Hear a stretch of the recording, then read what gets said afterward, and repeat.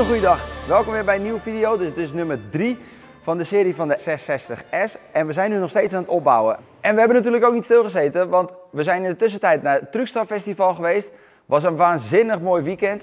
We hebben daar van allerlei leuke dingen gedaan. En daarna, na Truckstar, moesten er nog een paar puntjes op de i worden gezet bij het CDW in Zwolle. Daar heeft hij nog een maand gestaan. Daar hebben ze een aantal updates moeten doen. Omdat het een nieuw systeem is, komen er nu heel veel nieuwe updates op. Er zijn dingen nog aangepast, zoals kniepie kniepie. Dat kan niet anders dan bij mij kniepie kniepie aanzetten.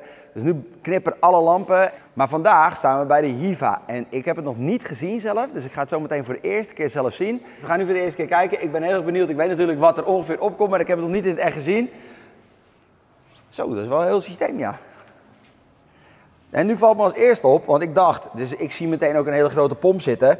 Maar eigenlijk zie ik hoofdzakelijk alleen de tank zitten. Ja, uiteindelijk is de tank natuurlijk wel het belangrijkste onderdeel. Want als je iets wil laten bewegen, heb je wel olie nodig. Want... En er gaat heel veel olieinhoud in. Dus hier zie je van ons vandaan de olietank. Ja. Vanuit de olietank gaat er eigenlijk een slang naar de pomp. Ja. Die je eigenlijk erachter ziet. Zie je bijna niet meer. Zit mooi verstopt. Vanuit de pomp wordt er natuurlijk druk opgebouwd. En met druk kan je iets laten bewegen. Dus wat doen we? We brengen de druk naar het ventiel. En die bepaalt de druk die we nodig hebben. Ja, en jij wil met dit systeem zoveel mogelijk kunnen doen. Dus ja, je hebt wel een speciale set. Je hebt hier een kiepventiel. Die kan zorgen dat iets omhoog gaat. Ja.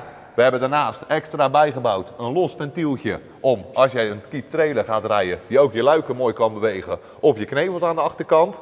En daarnaast... Knevels?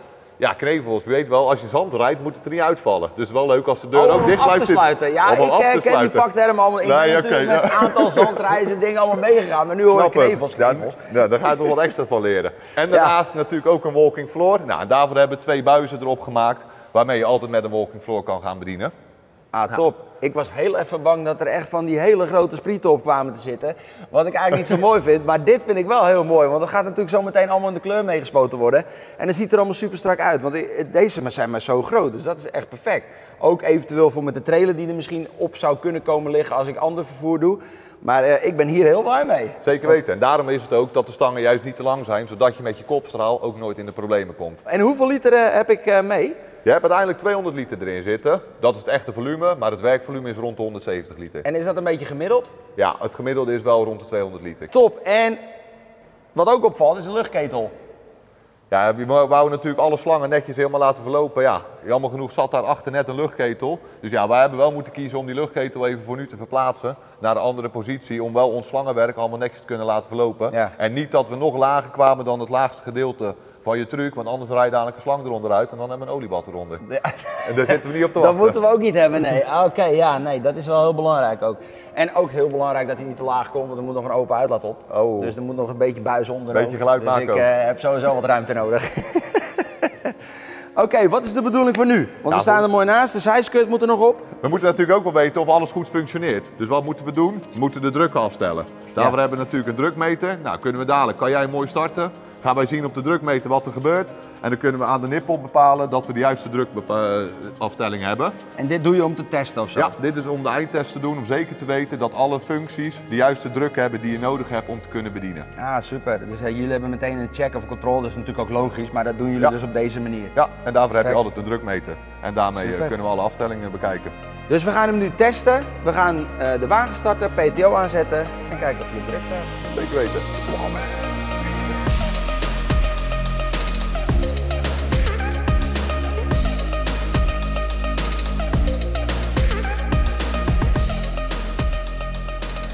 Oké, kleine tekst en uitleg. We hebben ze nu allebei getest. Die achterslangen, daar zijn ze nu mee bezig. Daar zitten voor de kleppen en voor de achtersluiter zit ongeveer 190 bar op. Voor de kleinere wagen is dat 170, maar nu 190 omdat er een trailer achter kan kunnen komen te zitten. Daar hebben we ook getest voor het keepen. Dat gaat dus ook met 190 bar. Maar een walking floor, dat is echt bizar. Dat zijn die 2 leidingen die achter of voor mijn schotel zitten, die op het chassis zitten. Daar komt gewoon 260 bar. 260 bar, dat is echt een hoop. En daardoor gaat die walking floor weer in beweging komen om te kunnen lossen op de lader. Het zal lossen zijn, want de lader wordt waarschijnlijk van bovenaf gedaan. Dus nu beide systemen, wat Lennart had verteld, omdat het een combinatie is, beide systemen getest. Allebei staan ze goed op druk, dus nu kunnen we de wagen dicht gaan bouwen.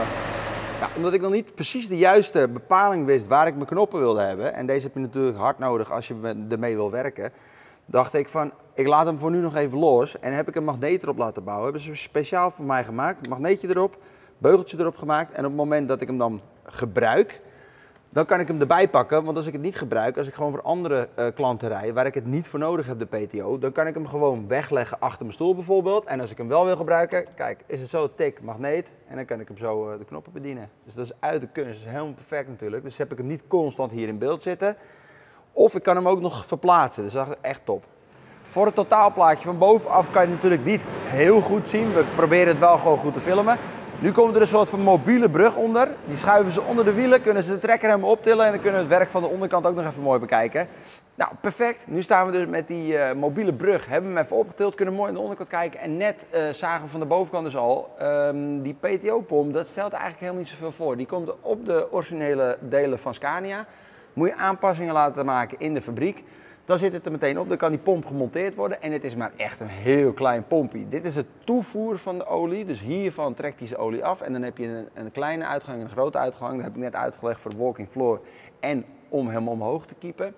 Die kleine is om kleppen te bedienen, achtersluiten, sloten en noem het dan maar op. Dat hebben minder druk, zijn ook kleinere slangetjes en die zitten dus onder het slangenrek gemonteerd. Maar echt prachtig, heel mooi eronder gebouwd, helemaal super strak. Ik ben er erg blij mee. En nou komt dus de eerste keer dat we ermee moeten gaan werken. Dat weten we zelf ook nog niet. Dus daar ben ik ook heel benieuwd naar. We moeten ook nog even terug naar Scania. Dan moet ik hem precies de PTO-toeren laten aanpassen aan de hand van de pomp. Dat is de grootte van de pomp, hoeveel druk, hoeveel toerental moet de motor draaien. Daar moeten we nog even laten afstellen. Daar hebben we een heel schema van gekregen van de HIVA. Om dat te kunnen afstellen. En dan ook nog maar even te laten zien waar die luchtketel zat. Die luchtketel die zat dus hier. Dus daar kom je dus absoluut niet mee weg. Hadden wij vooraf wel kunnen bedenken, maar hebben er nooit bij stilgestaan.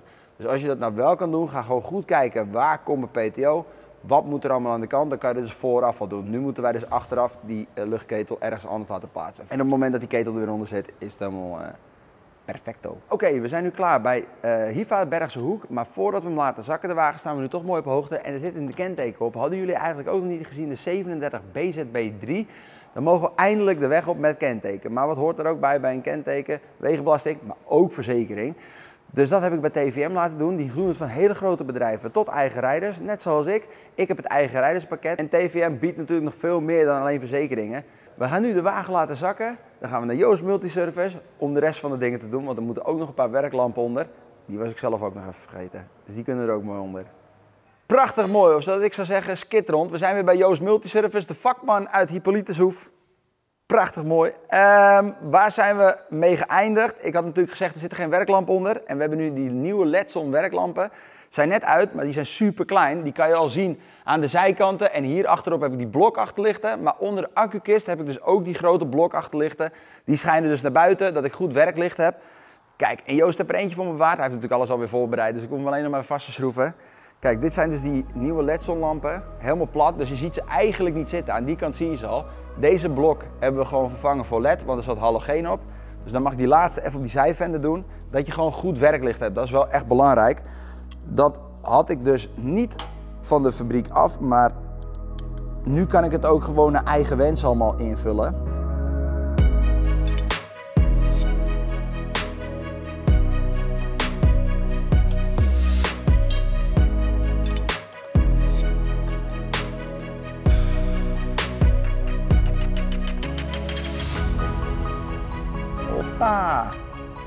Brand hoor. Oké, het werk van HIVA, daar ben ik super blij mee. Ze hebben die multifunctionele pomp erop gebouwd aan twee kanten. Dus de twee kanten een soort van aansluiting voor de walking floor en voor de keeper. Dat heb ik natuurlijk verteld. Alleen, ik vond dat die wat te hoog lag. Ik had gevraagd, ze proberen hem zo laag mogelijk te maken. Maar dit is gewoon hoe HIVA hem opbouwt. Nu hebben ze bij Joost Multiservice hem omlaag gehangen. Daar ben ik echt heel blij mee, want nu hangt hij gewoon een stuk lager.